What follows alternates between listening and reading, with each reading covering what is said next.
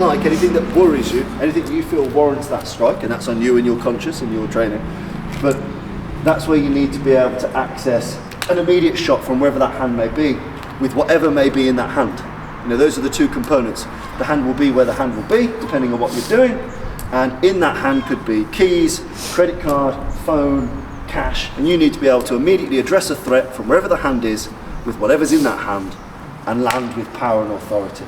And that's why I talked about the walrus analogy earlier. You need to be able to land that shot with power and authority, because that might be the only strike you've got in the entirety of the rest of that fight before you start pulling at each other's eyeballs and strangling each other and raking each other's hair and making it a long, drawn-out trench fight.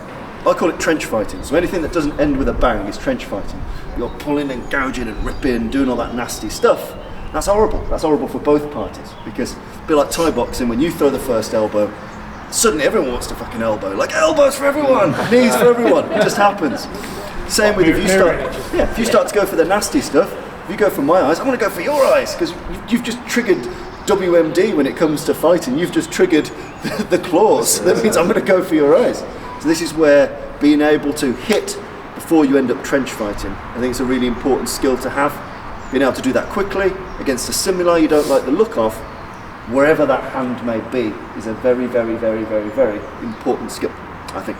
Right, so the next thing we're going to look at is multiples and how we can use our boxing skills against multiples. And I want you to start to work in a lineup. So if I could borrow you in this pad, if I could borrow you in that pad. Right, all I want you to do for this drill is these guys are going to be closing you down, right? And what I want you to do is start to move so you can get a decent lineup. So if we just freeze frame here. So when I say freeze, freeze. So move around, follow me. I say freeze. So I'm going to start to move for a decent lineup, freeze. Now I've got somewhat of a decent lineup here. So as soon as you clock that lineup, soon as you feel like you've got this particular funnel going on, and people talk about go clockwise or work around the last person. Bollocks, it's more dynamic. You've got a very smart monkey supercomputer in your head. Move until they're in somewhat of a line. Soon as they're in somewhat of a line, I want you to start moving through with your boxing.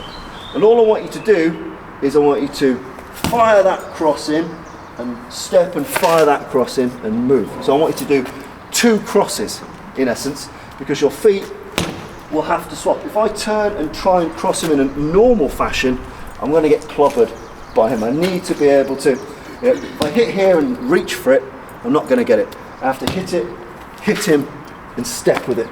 So I want you to practice moving with the lineup, then moving, move straight through. I just want you to get used to bang, bang, move.